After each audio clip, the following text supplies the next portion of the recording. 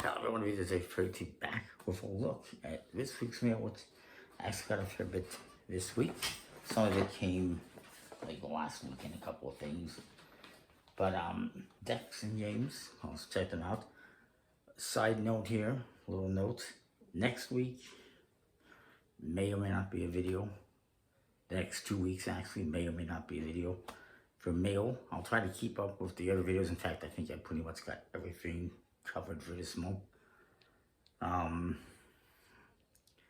But next weekend is going to be clearing out basically the rest of the stuff in the house. And then a couple of days after that, officially I leave for Alberta. And then, for the week after, that's going to be driving out there and kind of settling in and everything and unpacking. So there may or may not be a video. And then next week, maybe I got one thing coming, maybe more, probably one. So, there may or may not be quick little videos. Let's get on to what I got here though. First of all, I got one deck here that I got on eBay. Pretty easy to find and reasonably priced. It is the D23 Magic and Mystery deck from Disney. It's got nice foil on the tuck case and the cards. I don't know who printed this. It does not have the, little thumb things, so probably made in China. But it's pretty good quality, and there's actually foil right throughout the cards.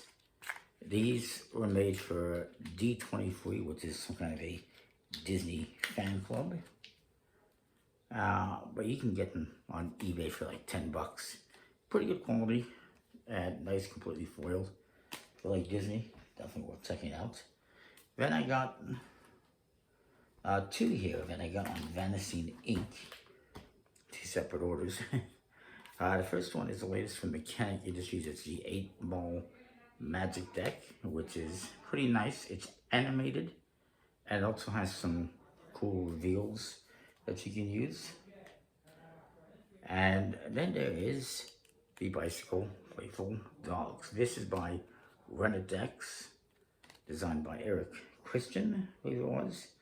It has a very thin tuck case with a linen finish on it, but it's kind of transformation style with art on all the faces, just all sorts of dogs.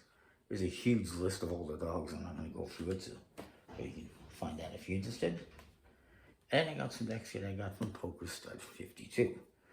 First is the Bicycle Museum of Illusions Chicago deck. Apparently this is a big chain of museums all over the world. A couple of dozen locations. It's ridiculous that there's such a thing as a chain of museums. This is the Chicago version. It's standard faces. There's other versions that are completely custom. There's one version that's not even like location specific that I would have preferred to have gotten, but this one's fine. And then there is the Bicycle Yu Megaba deck, who is apparently a famous Japanese illustrator and designer known for his line drawings. Completely custom deck, pretty cool. And I don't know who put this one out specifically, but it's a Japanese exclusive release. And then we have the Bicycle Godfather deck. This is from Osmand, the Osmand shop in Japan. And it's a fairly standard deck, for better or worse. But it does have some nice foil on the tuck case, and I believe some metallic inks on the cards.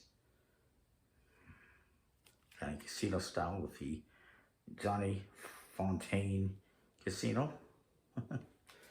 And finally one more here. It's the Bicycle Dom Dom deck.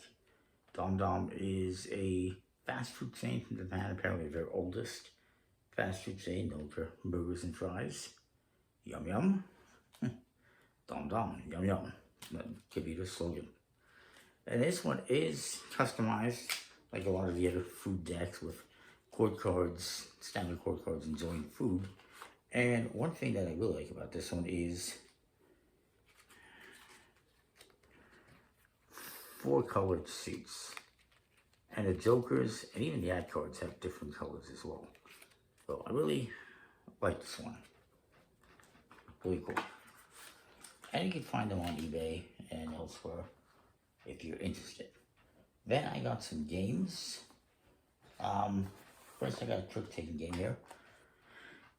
That is from Mob Plus with artwork by Cy Bepp, who I know has done artwork on another game that I have. I forget the name of that one though. This is called Trick and Snipers. It's an interesting little trick-taking game out of Japan.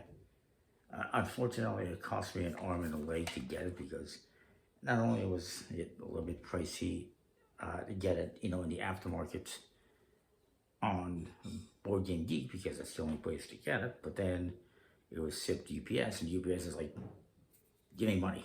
If you want this, give me money. I hate UPS, always wanting more money because they don't charge enough as it is. Then I got one game here that is, it looks like a book.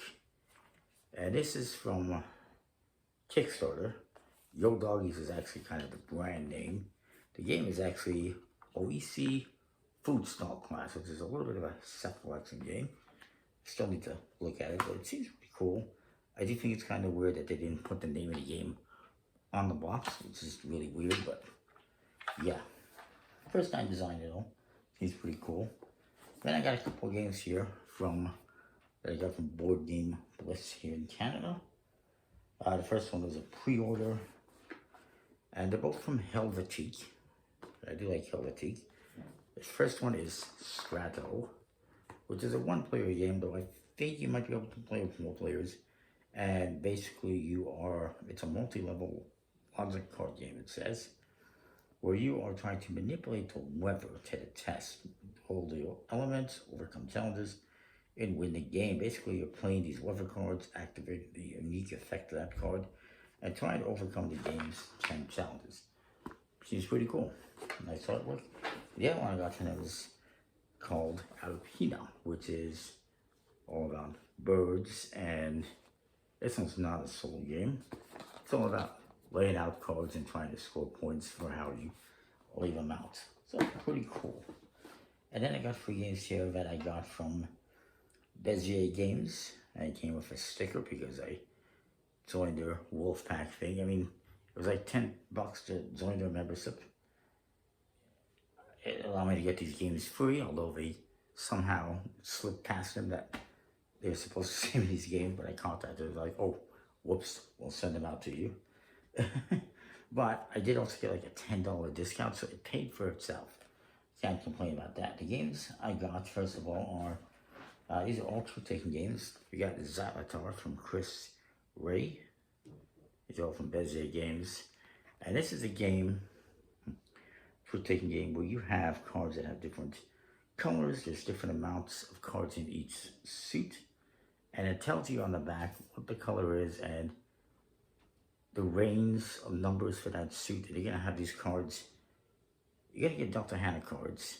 You're going to put them in order from like highest to lowest. Pass them to the person I believe on your left. They lay them out face down.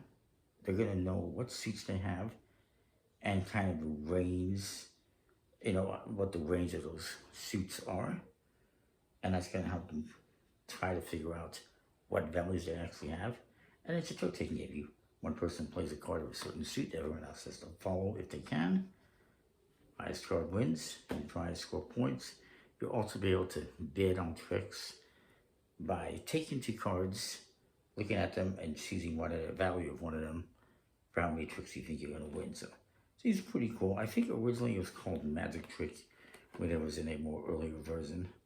It's nice to see one of Chris's games get produced because he has a lot of interesting trick-taking games. They just don't get really produced.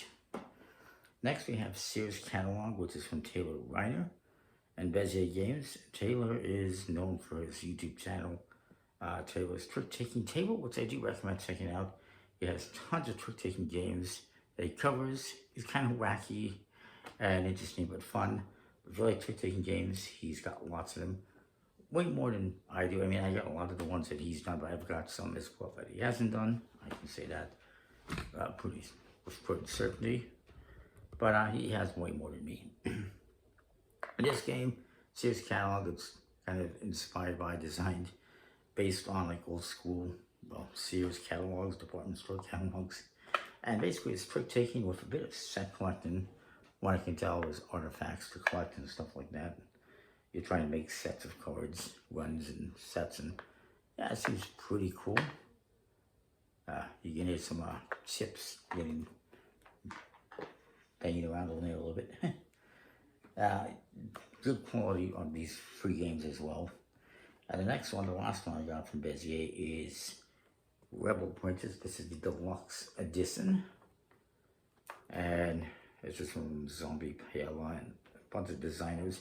And a trick-taking game. This one is very similar to Hearts, where you have one specific suit that you don't want to win, the prince suit. Basically, in this game, you are playing, you're taking on the role of one of several princesses that are in the game. Each princess has different abilities you can use, and you are basically trying to avoid proposals. You don't want to get married, you're trying to avoid marriage proposals. And so you got this one suit, the princes, that are all going to be negative points. You don't want to get them unless you win all of them. And there's also a frog in the, I think it's the animal suit, which is worth like 5 points or something like that. So it's basically like Hearts, except with a princess thing. And I think it's well done. And you got all sorts of abilities you can use. I also did get a promo card for Rebel Princess and Sears catalog, I guess, for being a member and whatnot. So that's kind of cool. Really nice games. I look forward to checking them out. So that is it for this week. Comment, like, subscribe. Let me know what you think. I will see you next time for more. Thanks for watching.